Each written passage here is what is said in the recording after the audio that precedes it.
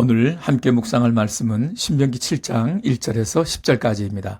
모세는 가나안 땅을 여호와께서 인도하사 내가 차지할 땅이라고 말합니다. 이미 그들의 소유가 되었다는 것을 기정사실화하고 있습니다. 이것이 모세의 믿음입니다. 믿음은 바라는 것들의 실상이요, 보지 못하는 것들의 증거인 것이 맞습니다. 보이지 않는 말씀이 보이는 현실을 끌고 가서 말씀대로 이루기 때문입니다. 다음으로 그 땅에 들어갔을 때 그들이 할 일을 말해줍니다. 가나안 7부족을 진멸하라는 것입니다. 그들은 너보다 많고 힘이 센데 그들을 내게 넘겨 내게 치게 할 것이라고 하십니다. 하나님이 모든 것을 인도하고 주관하시지만 직접 싸우는 일은 이스라엘 백성들에게 맡기십니다. 그 이유는 그들로 하여금 하나님을 믿고 순종하는 경험을 통해 하나님을 맛보고 느끼게 하기 위해서입니다. 하나님을 안다는 것은 지식만이 아니라 온몸의 체험을 통해 아는 것을 말합니다. 지식으로 하나님을 아는 것과 실제 영적 싸움에서 승리하는 것은 다릅니다. 우리의 원수를 하나님이 대신 싸워주시지 않습니다. 우리에게 원수를 맡겨 우리가 싸우게 하십니다. 그래서 우리의 믿음을 강하게 하시고 승리의 기쁨도 누리게 하십니다. 왜 가나안 7부족을 진멸하라고 하실까요? 이것을 두고 하나님을 잔인한 전쟁의 신호로 오해해서는 안 됩니다. 가나안 땅은 우상과 죄로 가득 차서 더 이상 어쩔 수 없는 상태까지 왔습니다. 하나님의 오래 참으심의 시효가 만료되었습니다. 인간적으로 진멸이 잔인하게 보이지만 이것은 하나님의 심판을 대행하는 일일 뿐입니다. 하나님은 이스라엘이 그 속에 들어가 섞이는 것이 아니라 구별되어 살기를 바라십니다. 하나님 대신에 살아가는 것들은 무엇이든지 우리에게 고통과 탄식과 멸망을 가져다 줄 올무가 되고 채찍이 될 것이기 때문입니다. 진멸시킬 것인가 아니면 진멸될 것인가, 그리스도인에게는 두 가지 길 외에 제3의 길은 없습니다. 새해는 세상에 섞여서 대충 적당히 살지 맙시다. 회색지대에서 내 정체를 숨기지 맙시다. 하나님은 새해를 선물로 주시며 그 땅을 차지하라고 하셨습니다.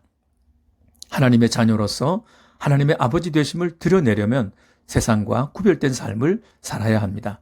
그것을 위해서는 먼저 우리 안에 가나안 7부족 같은 오래되고 견고한 원수의 지인을 진멸시켜야 합니다. 나태와 게으름, 오래된 나쁜 습관, 매년 반복되지만 고치지 못하는 것들과 싸워야 합니다.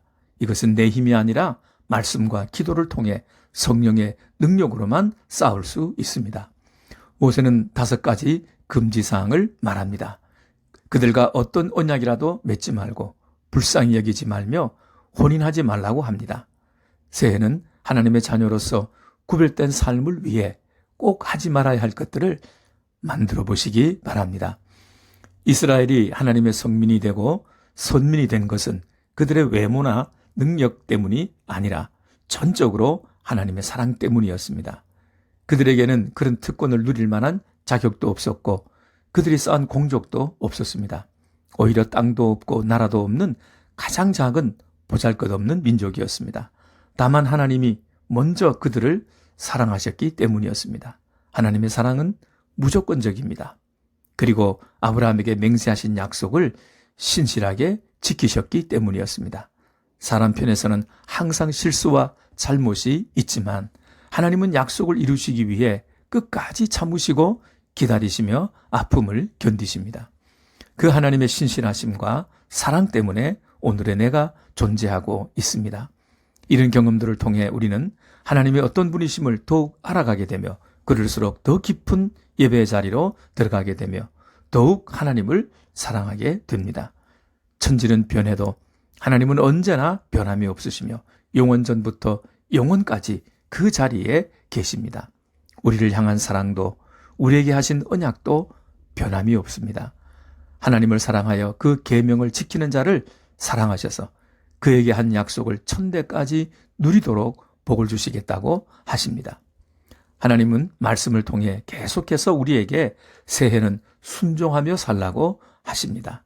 세상 속에 살아도 세상 사람들과 같은 방식과 기준으로 살지 말고 하나님의 다스림을 받는 하나님 백성의 정체성을 지니고 하나님의 방식대로 말씀을 기준으로 삼아 살라고 하십니다.